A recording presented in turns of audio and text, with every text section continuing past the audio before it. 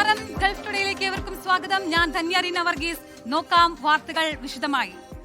UAE വ്യോമപാതയിലെ നിയന്ത്രണങ്ങൾ പൂർണ്ണമായി നീക്കി.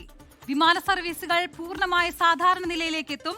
ഇന്ത്യയിലേക്കുള്ള സർവീസുകളും ഉടൻ പഴയ നിലയിലാകും. ഗൾഫ് മേഖലയിൽ സംഘർഷം രൂക്ഷമായതോടെ ഫെബ്രുവരി 28-നായിരുന്നു UAE വ്യോമപാത പൂർണ്ണമായി അടച്ചത്.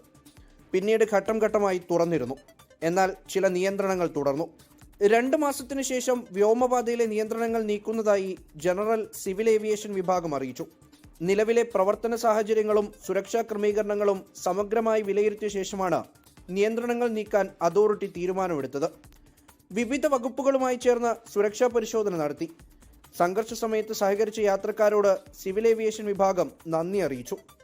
വ്യോമപാത പൂർണ്ണമായി തുറന്നതോടെ ഇന്ത്യയിലേക്കടക്കം കൂടുതൽ വിമാന സർവീസുകൾ ഉണ്ടാകും. ബലിപെരുന്നാൾ കൂടി അടുത്തിരിക്കെ പ്രവാസികൾക്ക് ആശ്വാസമാണ് തീരുമാനം. യാത്രാ നിരക്ക് കുറയുമോ എന്നാണ് ഇനി കണ്ടറിയേണ്ടത്. വിമാന സർവീസുകളെയും വ്യോമപാതയെ സംബന്ധിച്ച ഔദ്യോഗിക വിവരങ്ങൾക്കുമായി സർക്കാർ സ്രോതസ്സുകളെ മാത്രം ആശ്രയിക്കണമെന്ന് അതോറിറ്റി അറിയിച്ചു. 24 ദുബായ്. അടുത്ത വാർത്തയിലേക്കാണ്. യമൻ തീരത്ത് എണ്ണ ടാങ്കറുകൾ തട്ടിക്കൊണ്ടുപോയി. ഷാബുവ പ്രവിശ്യയ്ക്ക് സമീപമാണ് അജ്ഞാതരായ ആയുധധാരികൾ MT യുറീക്ക എന്ന എണ്ണ ടാങ്കർ തട്ടിക്കൊണ്ടുപോയത്. യമൻ തീര സംരക്ഷണ സേന വാർത്ത സ്ഥിരീകരിച്ചു. സൊമാലിയൻ സമുദ്രതീരത്തിലെ ഏദൻ ഉൾക്കടലിലേക്കാണ് കപ്പൽ തട്ടിക്കൊണ്ടുപോയത്.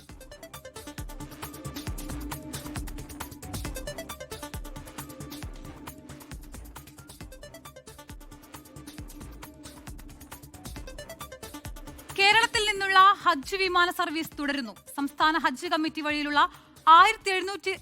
1700-ലേറെ തീർത്ഥാടകർ ഇതുവരെ ഹജ്ജിനെത്തി. വിമാനത്താവളത്തിലെ മറ്റും ലഭിക്കുന്ന മികച്ച സേവനങ്ങളെന്ന് തീർത്ഥാടകർ പ്രകീർത്തിച്ചു. കേരളത്തിൽ നിന്നും സംസ്ഥാന ഹജ്ജ് കമ്മിറ്റി വഴി ഇതുവരെ 1720 തീർത്ഥാടകർ ഹജ്ജിനെത്തി. കൊച്ചിയിൽ നിന്ന് ഇതുവരെ 4 വിമാനങ്ങളാണ് സർവീസ് നടത്തിയത്. ജിദ്ദ വിമാനത്താവളത്തിൽ ഇറങ്ങുന്ന തീർത്ഥാടകർ പെട്ടെന്ന് തന്നെ നടപടിക്രമങ്ങൾ പൂർത്തിയാക്കി റോഡ് മാർഗം മക്കയിലേക്ക് പുറപ്പെടുന്നു. വിമാനത്താവളത്തിൽ തീർത്ഥാടകരെ ഇന്ത്യൻ ഹജ്ജ് മിഷൻ പ്രതിനിധികളും ഹജ്ജ് സർവീസ് ഏജൻസി പ്രതിനിധികളും സന്നദ്ധ സംഘടനാ പ്രതിനിധികളും ചേർന്ന് സ്വീകരിക്കുന്നു. നല്ല രൂപത്തിൽ യാത്രക്കാരെല്ലാ ഹാജിമാരും നല്ല സന്തോഷകരമായിട്ടാണ് ഇവിടെ എത്തിപ്പെടുന്നത്. അതിനുവേണ്ടി സൗദി ഗവൺമെന്റും അതുപോലെ തന്നെ ഇന്ത്യൻ CJയുടെ പ്രവർത്തകരും എല്ലാവരും സ്റ്റാഫെല്ലാം ഇവിടെ സന്നിധരായിരുന്നു. ഇവിടെ ഈ ലാൻഡിൽ ടച്ച് ചെയ്തപ്പോഴുള്ള മനസ്സിൽ സന്തോഷം പറഞ്ഞറിയിക്കാനാവത്താണ്. അല്ലാഹു സുബ്ഹാനഹു വ തആല മഖ്ബൂലും മബ്റൂറുമായ ഹജ്ജ് ഉംറക്ക് നിർവഹിക്കാൻ തൗഫീഖ് നൽകുമാറാവട്ടെ. ആമീൻ. ഇൻഷാ അല്ലാഹ് ദുആ ചെയ്യുക. എല്ലാവിധ സൗകര്യം കൊച്ചിയിലാണെങ്കിലും ഹജ്ജ് ഹൗസിലാണെങ്കിലും ഭക്ഷണത്തിനായാലും എന്തിനും ഏതിനും ഒരാൾ കണ്ടിട്ട് ഹെൽപ്പ് ഉണ്ട്. ഇവിടെ വന്നാലും അതിനിപ്പോ പെട്ടെന്ന് 5 മിനിറ്റ് കൊണ്ട് ഞങ്ങൾ പുറത്തിറങ്ങി പാസ്പോർട്ട് സീലും ചെയ്ത് വിമാനത്താവളത്തിന് പുറത്തിറങ്ങി പെട്ടെന്ന് തന്നെ സർവീസ് ഏജൻസി തയ്യാറാക്കിയ ബസ്സുകളിൽ മക്കയിലേക്ക് പുറപ്പെടുന്നു. ഏതാണ്ട് 1.5 മണിക്കൂർ കൊണ്ട് ഈ തീർത്ഥാടകർ മക്കയിലെ താമസ സ്ഥലത്തെത്തും. വിമാനത്താവളത്തിൽ നിന്ന് ലഗേജ് കളക്ട് ചെയ്യുകയോ ഐഡന്റിഫൈ ചെയ്യുകയോ വേണ്ട. ലഗേജ് നേരിട്ട് മക്കയിലെ താമസ സ്ഥലങ്ങളിൽ എത്തിക്കാനുള്ള സൗകര്യങ്ങൾ ചെയ്തിട്ടുണ്ട്. അതേസമയം ഇന്നലെ വരെയുള്ള കണക്കനുസരിച്ച് ഇന്ത്യയുടെ വിവിധ സംസ്ഥാനങ്ങളിൽ നിന്ന് ഇന്ത്യൻ ഹജ്ജ് കമ്മിറ്റി വഴിയുള്ള 41,207 തീർത്ഥാടകർ ഹജ്ജിനെത്തി. ഇതിൽ 14,682 തീർത്ഥാടകർ മക്കയിലും 26,522 തീർത്ഥാടകർ മദീനയിലുമാണ് ഇപ്പോഴുള്ളത്. കണ്ണൂരിൽ നിന്ന് മെയ് 6-നും കോഴിക്കോട് നിന്ന് മെയ് 14-നുമാണ് ഹജ്ജ് വിമാന സർവീസ് ആരംഭിക്കുന്നത്. മെയ് 19-ഓടെ കേരളത്തിൽ നിന്നുള്ള ഹജ്ജ് വിമാന സർവീസുകൾ അവസാനിക്കും. ജിദ്ദ വിമാനത്താവളത്തിൽ നിന്നും ജലീൽ കണ്ണമംഗലം, 24. ഹജ്ജ് തീർത്ഥാടകർക്ക് സേവനവുമായി ഈ വർഷവും ജിദ്ദ വിമാനത്താവളത്തിൽ മലയാളി സന്നദ്ധ സംഘടനകൾ സജീവമാണ്. ഹജ്ജ് കർമ്മങ്ങൾ അവസാനിച്ച് തീർത്ഥാടകർ തിരിച്ചു പോകുന്നതുവരെ ഈ സേവനം ഉണ്ടാകും. ഇന്ത്യയിൽ നിന്നുള്ള ഹജ്ജ് തീർത്ഥാടകർ സൗദിയിലെത്തിയതു മുതൽ സേവനത്തിനായി മലയാളി സന്നദ്ധ സംഘടനകളുടെ സാന്നിധ്യം ജിദ്ദ വിമാനത്താവളത്തിലുണ്ട്. പ്രത്യേകിച്ച് കേരളത്തിൽ നിന്നുള്ള തീർത്ഥാടകർക്ക് ഈ സന്നദ്ധ പ്രവർത്തകരുടെ സാന്നിധ്യം ഏറെ ആശ്വാസം നൽകുന്നുണ്ട്. ചായ, മധുരം, കുട തുടങ്ങിയവ നൽകിയാണ് ഇവർ തീർത്ഥാടകരെ സ്വീകരിക്കുന്നത്. KMCC, OICC, നവോദയ തുടങ്ങിയ സംഘടനകളുടെ സേവനം ആദ്യ വിമാനം ജിദ്ദയിൽ എത്തിയതു മുതൽ ആരംഭിച്ചു. തുടർന്നുള്ള ദിനങ്ങളിൽ മലയാളി ഹാജിമാരെ സ്വീകരിക്കുന്നതിനും അതുപോലെ തന്നെ മക്കയിലും മദീനയിലും OICCയുടെ വനിതാ വിംഗ് ഉൾപ്പെടെ മെഡിക്കൽ വിംഗ് ഉൾപ്പെടെയുള്ള വളണ്ടിയർമാരുടെ സേവനങ്ങൾ ലഭ്യമാകും. അവരെ സ്വീകരിക്കാൻ എല്ലാവിധ സൗകര്യങ്ങളോടും പിന്നെ വെള്ളം, പാനീയങ്ങൾ, അതുപോലുള്ള മധുര പലഹാരങ്ങൾ, ഈത്തപ്പഴടക്കമുള്ള എല്ലാ സൗകര്യങ്ങളും ഒരുക്കിക്കൊണ്ട് അവരെ സ്വീകരിക്കും. അതിന് KMCCയുടെ വളണ്ടിയേഴ്സ് അവർ അവസാന ഫ്ലൈറ്റ് ഇവിടെ നിന്ന് തിരിച്ചു പോകുന്നത് വരെ സദാ സന്നദ്ധരായിരിക്കും. വനിതകളും കുട്ടികളും ഉൾപ്പെടെയുള്ള പ്രവർത്തകരുടെ സാന്നിധ്യം വനിതാ തീർത്ഥാടകർക്ക് ഏറെ സഹായകരമാണ്. അവർക്ക് ഈ ഒരു അപരിചിതമായ രാജ്യത്ത് വന്നുപെടുമ്പോഴും അതുപോലെ അവിടെ എല്ലാ തരത്തിലുള്ള സേവനങ്ങളും ഇൻഷാ അല്ലാഹ് എല്ലാ കാലഘട്ടങ്ങൾ പോലെ തന്നെ ഈ വർഷവും ഞങ്ങൾ അവരുടെ കൂടെ ഉണ്ടാവും. എസ്പെഷ്യലി ആയിട്ട് പറയുകയാണെങ്കിൽ വനിതാ ഹാജിമാര്, മുഹറമില്ലാതെ നാട്ടിൽ നിന്നെത്തുന്ന വനിതാ വളണ്ടിയർമാർക്ക് അവർക്ക് ആവശ്യപ്പെടുന്ന എല്ലാ സഹായങ്ങളും കൊടുക്കുക എന്നുള്ളതാണ് ജിദ്ദ KMCC വനിതാ വിങ്ങിന്റെ പ്രത്യേക ടീം എന്നിവിടെ സന്നദ്ധരായിട്ടുള്ളത്. രാത്രിയും പകലുമായി ഹജ്ജ് വിമാനങ്ങൾ എത്തുമ്പോഴെല്ലാം മലയാളി സന്നദ്ധ പ്രവർത്തകർ വിമാനത്താവളത്തിൽ എത്താറുണ്ട്. ഹജ്ജ് കർമ്മങ്ങൾ കഴിഞ്ഞ് തീർത്ഥാടകർ തിരിച്ചു പോകുന്നതുവരെ ഈ സേവനമുണ്ടാകും. ജലീൽ കണ്ണമംഗലം, 24 ജിദ്ദ. അടുത്ത വാർത്തയിലേക്കാണ്. മലേഷ്യൻ പ്രധാനമന്ത്രി അൻവർ ഇബ്രാഹിം, ഉപപ്രധാനമന്ത്രി ഡോക്ടർ സാഹിദ് അമീദി എന്നിവരുമായി കൂടിക്കാഴ്ച നടത്തി ലുലു ചെയർമാൻ MA യൂസഫ് അലി.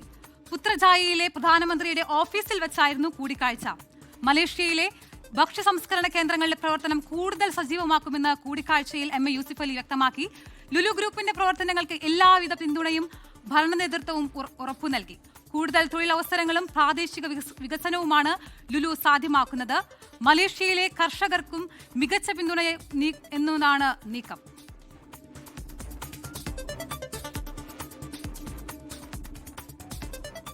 മലയാളിയായ മുഹമ്മദ് അമാൻ രചിച്ച ദ ഡ്രീം എന്ന പുസ്തകം ജിദ്ദയിൽ പ്രകാശനം ചെയ്തു. Arab News managing editor Siraj വഹാബാണ് പുസ്തകം പ്രകാശനം ചെയ്തത്. ചെറിയ പ്രായത്തിൽ തന്നെ രണ്ടാമത്തെ പുസ്തകം പുറത്തിറക്കിയ അമാൻ വരും തലമുറയ്ക്ക് പ്രചോദനമെന്നാണ് സിറാജ് വഹാബ് പറഞ്ഞത്. മാധ്യമപ്രവർത്തകൻ മുസാഫിർ പുസ്തകം ഏറ്റുവാങ്ങി. റജി അൻവർ പുസ്തക പരിചയം നടത്തി. സാമൂഹിക സാംസ്കാരിക രംഗത്തെ നിരവധി പ്രമുഖർ ചടങ്ങിൽ സംബന്ധിച്ചു.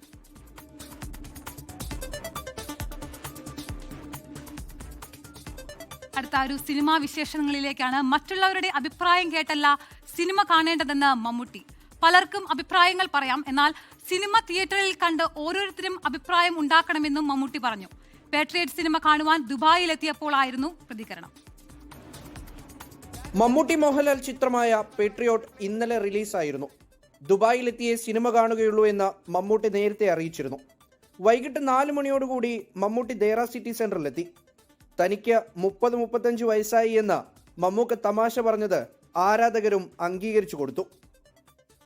ഞങ്ങളെ സംബന്ധിച്ചിടത്തോളം ഇത്രയും കാലം ഞാൻ 30 കൊല്ലമായിട്ട് ജീവിക്കുന്ന ഒരാളാണ്. എനിക്ക് ഈ 30 വയസ്സിനിടയ്ക്ക്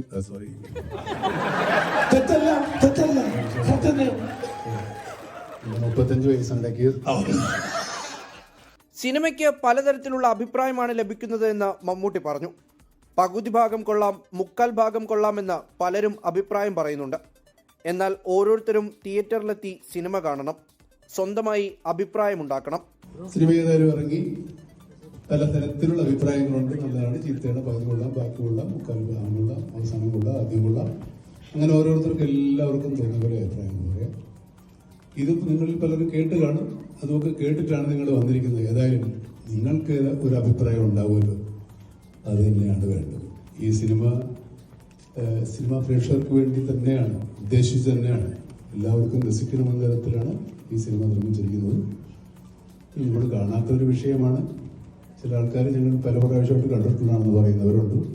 അവരുടെ അത്ഭുതകരമായ കാഴ്ചകളെ പറ്റി നമുക്കൊന്നും പറയാൻ പറ്റില്ല. സൈബർ ലോകത്ത് മനുഷ്യരുടെ സ്വകാര്യത നഷ്ടപ്പെടുന്നതിനെ കുറിച്ചാണ് പേട്രിയറ്റ് പറയുന്നത്. കാലിക പ്രസക്തിയുള്ള വിഷയമാണിതെന്നും മമ്മൂട്ടി പറഞ്ഞു. സംവിധായകൻ മഹേഷ് നാരായണൻ, നടി ഷെറിൻ ഷിഹാബ് തുടങ്ങിയവരും മമ്മൂട്ടിക്കൊപ്പം ഉണ്ടായിരുന്നു. 24 ദുബായ്. അടുത്ത വാർത്തയിലേക്കാണ്. Centre for empowerment and enrichment നേതൃത്വത്തിലുള്ള സംസ്ഥാനതല inclusive vocational summer camp Unar 3.0 തുടക്കമായി. മെയ് 4 വരെ ആലുവ YMC ക്യാമ്പ് സൈറ്റിലാണ് പരിപാടി സംഘടിപ്പിച്ചിരിക്കുന്നത്. അൻവർ സാദത്ത് MLA ക്യാമ്പ് ഉദ്ഘാടനം ചെയ്തു. സ്വയം പര്യാപ്തതയും ആത്മവിശ്വാസവും വളർത്തുന്നതിനെ സഹായിക്കുന്ന തരത്തിലാണ് ക്യാമ്പ് വിഭാവനം ചെയ്തിരിക്കുന്നതെന്ന് camp director doctor PA Mary Anitha പറഞ്ഞു. ജീവിത നൈപുണ്യ വികസനം, തൊഴിൽ പരിചയം, സൃഷ്ടിപരമായ പ്രകടനം, സാമൂഹിക ഇടപെടൽ എന്നിവയെ ശക്തിപ്പെടുത്തുക എന്നതാണ് ക്യാമ്പിന്റെ പ്രധാന ലക്ഷ്യമെന്നും പറഞ്ഞു. OSCC കുവൈറ്റ് കൊല്ലം ജില്ലാ കമ്മിറ്റിയുടെ നേതൃത്വത്തിൽ BDK കുവൈറ്റ് ചാപ്റ്ററുമായി സഹകരിച്ച് ജാബ്രിയ സെൻട്രൽ ബ്ലഡ് ബാങ്കിൽ രക്തദാന ക്യാമ്പ് സംഘടിപ്പിച്ചു. നിരവധി അംഗങ്ങൾ രക്തദാനത്തിൽ പങ്കാളികളായി. എല്ലാ ധാതുക്കളെയും സർട്ടിഫിക്കറ്റുകൾ നൽകി ആദരിച്ചു. OICC Kuwait national president Samuel Kattoor Kalikkal camp ഉദ്ഘാടനം ചെയ്തു.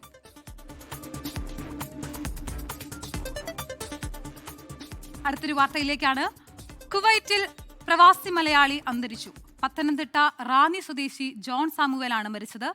ഫർവാനി ആശുപത്രിയിൽ ചികിത്സയിലായിരുന്നു അദ്ദേഹം. IPC കുവൈറ്റ് സഭയിലെ അംഗമാണ്. ബ്ലെസ്സിയാണ് ഭാര്യ. ഏബൽ, ഹംബിൾ, ആരോൺ എന്നിവർ മക്കൾ. രാജ്യത്ത് ഇന്ധനവില വർദ്ധിപ്പിച്ചേക്കും. കേന്ദ്ര സർക്കാർ ഒരാഴ്ചയ്ക്കകം തീരുമാനമെടുക്കുമെന്നാണ് സൂചന. പെട്രോളിനും ഡീസലിനും ലിറ്ററിന് 4 രൂപ മുതൽ 5 രൂപ വരെയും ഗാർഹിക LPG സിലിണ്ടറുകൾക്ക് 50 രൂപ വരെയും വർദ്ധിപ്പിക്കുവാനാണ് ആലോചന. വിമാന ഇന്ധനവില വർധനയെ തുടർന്നാണ് ഇത്. ജൂലൈ വരെയുള്ള അന്താരാഷ്ട്ര സർവീസുകൾ എയർ ഇന്ത്യ വെട്ടിച്ചുരുക്കി. LPG വില വർധനയിൽ രാജ്യവ്യാപക പ്രതിഷേധത്തിന് CPIM പോളിറ്റ് ബ്യൂറോ ആഹ്വാനം ചെയ്തു. ഇന്ധനവില വർദ്ധിപ്പിക്കാൻ പൊതുമേഖലാ എണ്ണ കമ്പനികൾ സർക്കാരിനുമേൽ കടുത്ത സമ്മർദ്ദം ചെലുത്തുന്നുണ്ട്. ഭീമമായ നഷ്ടം സഹിച്ചു മുന്നോട്ടു പോകാൻ കഴിയില്ലെന്നാണ് കമ്പനികൾ വ്യക്തമാക്കിയിരിക്കുന്നത്. ഇന്ധനവില എത്ര വർദ്ധിപ്പിക്കണം, എപ്പോൾ പ്രാബല്യത്തിൽ വരുത്തണം, ജനങ്ങൾക്കുണ്ടാകുന്ന ആഘാതം ഇളവുകൾ പ്രഖ്യാപിച്ച് കുറയ്ക്കാൻ സാധിക്കുമോ എന്ന കാര്യങ്ങളാണ് കേന്ദ്ര പെട്രോളിയം പ്രകൃതിവാതക മന്ത്രാലയം ആലോചിക്കുന്നത്. 7 ദിവസത്തിനകം പൊതുമേഖലാ എണ്ണ കമ്പനികളുമായുള്ള ചർച്ചയ്ക്ക് ശേഷമായിരിക്കും വില വർധനവ് പ്രഖ്യാപിക്കുക. ഇന്നലെ വാണിജ്യ LPG സിലിണ്ടറുകളുടെയും 5 കിലോ സിലിണ്ടറുകളുടെയും വില കുത്തനെ കൂട്ടിയിരുന്നു. സർക്കാർ നടപടി കടുത്ത പ്രത്യാഘാതങ്ങൾ ഉണ്ടാക്കുമെന്ന് വിമർശിച്ച CPIM പോളിറ്റ് ബ്യൂറോ രാജ്യവ്യാപക പ്രതിഷേധത്തിന് ആഹ്വാനം ചെയ്തു. അതിനിടെ വിമാന ഇന്ധനത്തിന്റെ വില അന്താരാഷ്ട്ര സർവീസുകളിൽ 5% വീണ്ടും വർദ്ധിച്ചതോടെയാണ് സർവീസുകൾ വെട്ടിച്ചുരുക്കേണ്ട അവസ്ഥയിലേക്ക് എയർ ഇന്ത്യ എത്തിയത്. ജൂൺ ജൂലൈ മാസത്തേക്ക് പ്രതിദിനം 100 സർവീസുകൾ കുറയ്ക്കുന്നുവെന്ന് കമ്പനി അറിയിപ്പ് നൽകി. നിലവിൽ 10% സർവീസുകൾ എയർ ഇന്ത്യ വെട്ടിച്ചുരുക്കിയിട്ടുണ്ട്. ആഭ്യന്തര സർവീസുകളിലെ ഭക്ഷണ വിതരണവും ഒഴിവാക്കിയേക്കും. 24 ഡൽഹി. അടുത്തൊരു വിഷമിപ്പിക്കുന്ന ഒരു വാർത്തയിലേക്കാണ്. കോഴിക്കോട് പാലേരി രാമനിലയത്തിൽ TM നളിനി ടീച്ചർ അന്തരിച്ചു. 83 വയസ്സായിരുന്നു. CPM നേതാവും ദേശാഭിമാനി പത്രാധിപരും ആയിരുന്നു. VV ദക്ഷിണമൂർത്തിയായിരുന്നു മൂർത്തിയുടെ ഭാര്യയാണ്. Vadakkumpad higher secondary school retired അധ്യാപകയാണ്. വാർദ്ധക്യ സഹജമായ അസുഖങ്ങൾ മൂലം കിടപ്പിലായിരുന്നു. സംസ്കാരം ഞായറാഴ്ച ഉച്ചയ്ക്ക് 2 മണിക്ക് വീട്ടുവളപ്പിൽ നടക്കും. നിയമസഭാ തിരഞ്ഞെടുപ്പ് ഫലപ്രഖ്യാപനത്തിന് മണിക്കൂറുകൾ മാത്രം ശേഷിക്കെ തികഞ്ഞ വിജയപ്രതീക്ഷയിലാണ് LDF UDF മുന്നണികൾ. തുടർഭരണമുണ്ടാകുമെന്നാണ് LDF ക്യാമ്പിലെ ആത്മവിശ്വാസം. 100 സീറ്റ് നേടുമെന്നാണ് UDF കണക്കുകൂട്ടൽ. 1-ലേറെ സീറ്റിൽ വിജയവും വോട്ട് വിഹിതത്തിൽ ഗണ്യമായ വർധനയുമാണ് NDAയുടെ പ്രതീക്ഷ. തിങ്കളാഴ്ചയാണ് കേരളം കാത്തിരിക്കുന്ന ഫലം പ്രഖ്യാപിക്കുന്നത്.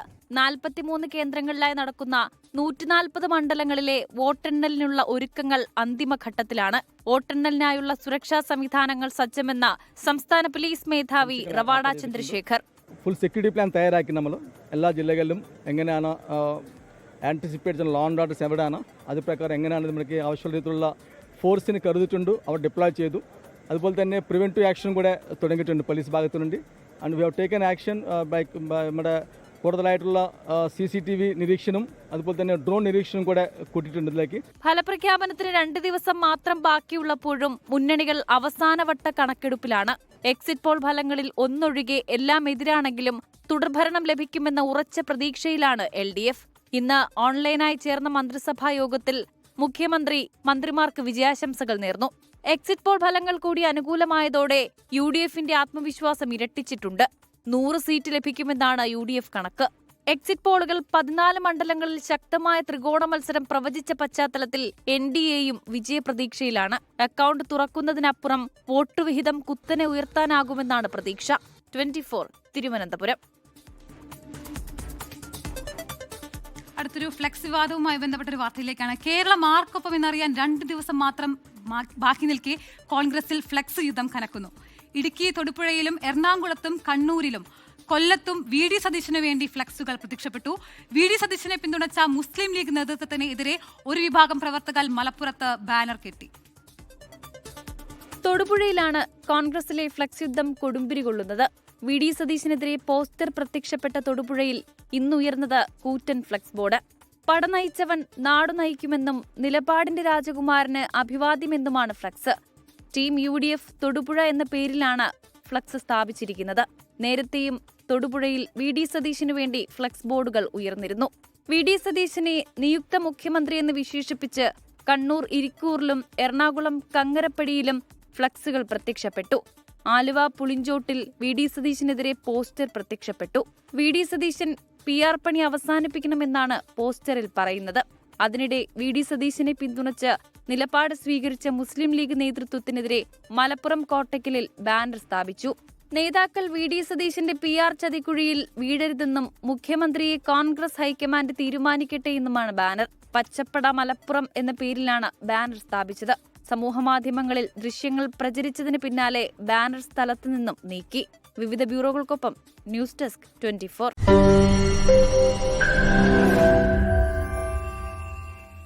ലോകത്തെവിടെയായാലും ഏത് സമയത്തും 24 വാർത്തകളും ഓഗ്മെന്റഡ് റിയാലിറ്റി പാക്കേജുകളും എക്സ്പ്ലെയിനറുകളും വിശദമായി കാണാൻ ഞങ്ങളുടെ YouTube ചാനൽ നിങ്ങൾക്ക് സബ്സ്ക്രൈബ് ചെയ്യാം.